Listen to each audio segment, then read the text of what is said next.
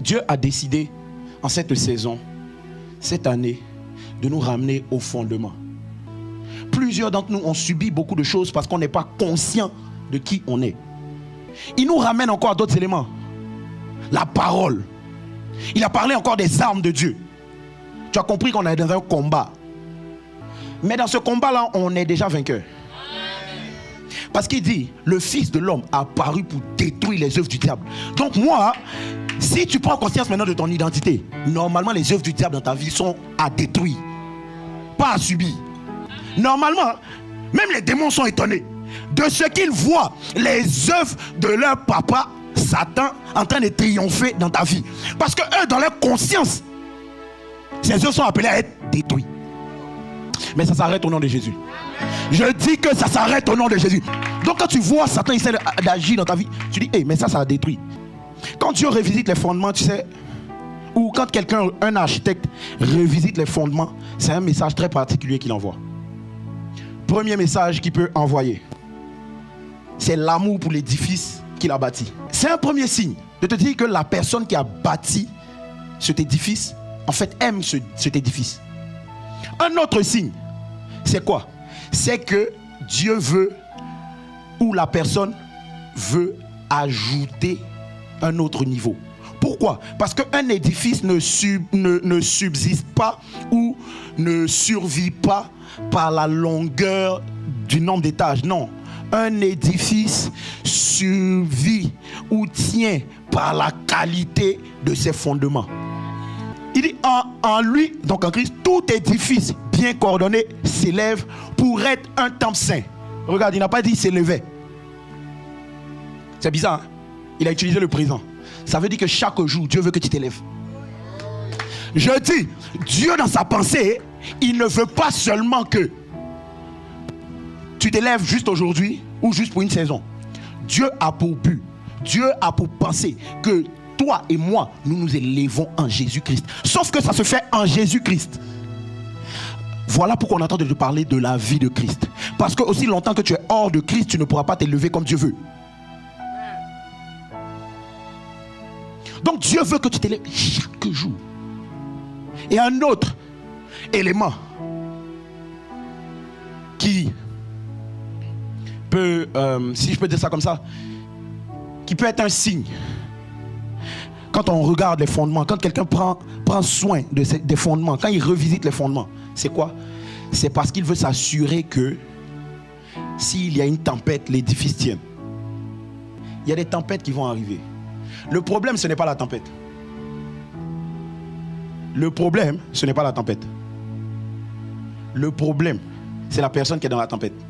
Donc toi, qui veux quitter Jésus parce que tout va mal, laisse-moi te dire que si tu sors de la barque, tu tombes dans l'eau. Dieu ne cherche pas tout le monde. Emmanuel, qu'est-ce que tu racontes? Jean 3,16, car Dieu a tant aimé le monde qu'il a donné son Fils unique afin que quiconque croit, il a donné l'option, il a dit quiconque. Il n'a pas dit tout le monde va croire. Acte 13, verset 48, je crois. La Bible dit qu'on louait, etc., etc. Et ceux qui étaient destinés au salut. Ça veut dire qu'il y a des gens qui n'étaient pas destinés au salut. Voilà pourquoi toi qui viens dans la présence de Dieu, tu viens, tu t'assois, tu écoutes, etc., etc. Ne pense pas que c'est par tes forces. Non. Non. Dieu t'a attiré. Ma Bible dit que c'est Jean 6, verset 44, je crois. Il dit, nul ne vient à moi si le Père ne l'a attiré. Ce n'est pas un hasard que tu sois là. Donc Dieu ne cherche pas tout le monde. Dieu cherche une catégorie de personnes. Il dit dans Acte 13, j'ai trouvé David, verset 23 je crois, j'ai trouvé David, mon serviteur, qui va faire quoi? Qui va accomplir toutes mes volontés. En fait, Dieu ne cherchait pas David. Dieu cherchait un homme qui allait accomplir toutes ses volontés. Je prie que tu rentres dans cette catégorie. Dieu cherchait. Et puis, son scanner s'est arrêté sur, oh, il y a un monsieur qu'on appelle David. Il dit donc, j'ai trouvé David. Donc tu vois que Dieu cherche une catégorie de personnes. 2 Chroniques 16, verset 9. La Bible dit que Dieu cherche du regard afin de soutenir du regard ceux dont le cœur lui est tout entier. Quand ils vont le trouver, je vais vous partager une pensée. Il dit, il cherche du regard afin de soutenir du regard ceux dont le cœur est tout entier. Bizarre. On ne soutient pas quelqu'un qui est fort. On soutient quelqu'un qui a besoin de soutien, donc quelqu'un qui est faible. Mais en même temps, il dit qu'il a le cœur tout entier. Donc, tu peux être faible. Tu peux ne pas avoir toute la force, mais tu as le cœur tout entier à Dieu. Matthieu 28, verset 19. Allez, faites de toutes les nations des disciples, les baptisant au nom du Père, du Fils et du Saint-Esprit. Dieu cherche les disciples. Il a eu des disciples. Et qu'est-ce qu'il a fait? Il leur dit, les amis, allez faire des nations des disciples. Pas des croyants, des disciples. La première fois où Jésus fait un miracle, les noces de Cana, il avait déjà des disciples. Donc ça veut dire qu'après que l'Esprit de Dieu soit descendu pour qu'il commence le ministère, Jésus n'a pas commencé à chercher les miracles. Jésus a commencé à chercher des disciples. Parce que quand il va aux noces, la Bible dit qu'il a été invité avec aussi ses disciples. Donc sa dernière pensée, c'est qu'il y ait des disciples, pas des croyants, des disciples, on va le voir.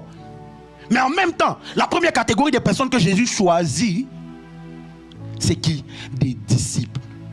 En fait, on a fait du statut de croyant un statut qui est censé être temporaire, un statut permanent. Les croyants, c'est qui? Ah, les croyants, on a beaucoup de choses à dire sur les croyants. Bref. Acte 11, verset 26 nous dit: et l'ayant trouvé, il l'amena à Antioche. Pendant toute une année, ils se réunirent aux assemblées de l'église et ils enseignèrent beaucoup de personnes. Ce fut à Antioche que la première fois des disciples furent appelés chrétiens. Laisse-moi te dire que quand tu es croyant, tu n'es pas chrétien. Non, je suis sérieux. Quand on parle de chrétien, dans la pensée de Dieu, ce n'est pas être croyant, c'est être un disciple de Christ. La preuve en est, c'est que le mot même chrétien, quand tu vas chercher dans son étymologie, dans le grec, c'est Christianos, qui signifie littéralement disciple de Christ. La Bible dit: tu crois en Dieu, tu fais bien. Les démons aussi croient. Et eux, attendez, eux, ils tremblent. Il y a des démons qui sont croyants en Dieu plus que des croyants chrétiens. Parce que eux, au moins, quand on entend parler de Dieu, ils tremblent. Toi, tu dis tu es croyant, on parle de Dieu, tu n'as même pas un peu de... Tu vois, dans la pensée de Dieu, normalement, quand il crée l'homme, il voit un homme pas croyant, mais un homme dominateur. Un homme qui se multiplie, pas un homme stérile. Et l'une des caractéristiques d'un croyant, c'est ça: stérile. Lui, c'est lui, et c'est lui, et c'est lui, et c'est lui, et c'est lui. Le matin, ta première pensée, c'est toi, ta vie. À midi, ta deuxième pensée, c'est toi, ta vie. Le soir, ta troisième, ce n'est que toi. Les croyants n'ont pas pour but les projets de Dieu. Ils ont reçu seulement leur salut, c'est tout. Les croyants pensent à leur vie, alors que les disciples pensent au mandat de celui qui les a appelés, qui les a envoyés. Les disciples se disent: c'est ce qu'on a reçu. Il n'y a pas d'autre option. C'est ça ou ce n'est pas ça. Mais nous, on va travailler à ce que ça soit ça. On ne devient pas disciple à l'âge de 30 ans. Laisse-moi te dire que j'ai fait une petite réflexion, une petite étude. C'est que le disciple le plus âgé de Jésus, parmi les disciples de Jésus, c'était Pierre. Il avait plus de 20 ans. Donc la catégorie des autres, donc les 12 autres, non, les 11 autres étaient en dessous de 20 ans. Ce n'est pas une question d'âge. Les disciples ne sont pas parfaits, mais les disciples ont une seule pensée: c'est de réaliser, peu importe là où ils sont, le désir de leur maître. En vérité, si tu ne marches pas comme Dieu veut que tu marches, la vérité c'est que tu ne seras pas utile pour Dieu. La Bible va nous donner plusieurs détails. Matthieu 7, verset 19. Il dit, tout arbre qui ne porte pas de bons fruits est coupé et jeté au feu. Il ne dit pas tout arbre qui ne porte pas du fruit. Il dit tout arbre qui ne porte pas du bon fruit. Jésus dit, cet arbre-là ne va plus porter de fruit. Les disciples sont revenus quelque temps après. Qu'est-ce qui s'est passé? L'arbre avait séché. Je te prie, toi et moi, on ne doit pas être de cette catégorie-là. Dernier point. Dieu ne donne pas plus à ceux qui ne font pas plus avec lui. Regarde ce que la Bible dit encore. Marc 4, verset 34. Il ne leur parlait point sans parabole, mais en particulier, il expliquait tout aux disciples. Il donnait plus aux disciples. Il rematérialise la même chose dans Matthieu 13, verset 36. Alors, il renvoya la foule et entra dans la maison, lieu secret. Ses disciples s'approchèrent de lui et lui dirent, explique-nous la parabole de l'ivraie dans le champ. Tu vois, ce sont les disciples qui reçoivent plus. Un croyant, il est imparfait avec ses disciples, avec ses faiblesses. Le disciple, pareil, il est imparfait avec ses faiblesses, mais il cherche à le corriger. Il ne justifie pas ses faiblesses, ses défis. Il se contente des quelques âmes dans l'église. Il veut que la saveur et l'odeur de Christ soient répandues sur la terre. Il n'est pas concerné par le sort des autres. Il y a des malades dans ton quartier. Rien. Rien que le désir, Seigneur. Est-ce que je ne peux pas... comment il guérit, non? Seigneur, passe par moi. Ce désir-là va être alimenté. Un jour, tu arrives, tu ne sais pas comment Dieu t'a poussé, tu as imposé la main, le gars est... Sa présence est égale à son absence. Il est comme un centre de puissance et d'attraction ambulant dans les rues. Son désir, tu as pensé, c'est qui je vais manger, à qui je vais parler, dans ton quartier. Dieu ne t'a pas mis dans ton quartier pour rien. Il engendre juste des gens qui viennent à l'église.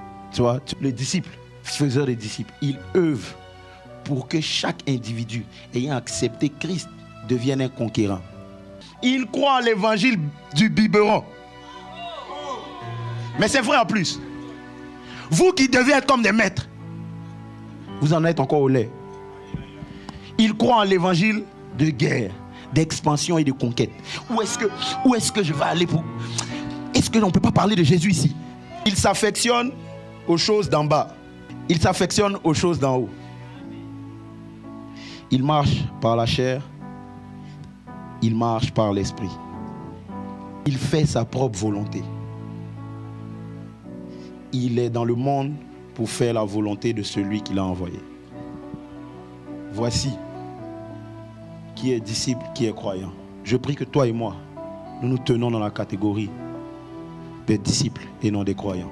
Au nom de Jésus, Amen. Est-ce qu'on peut se tenir debout?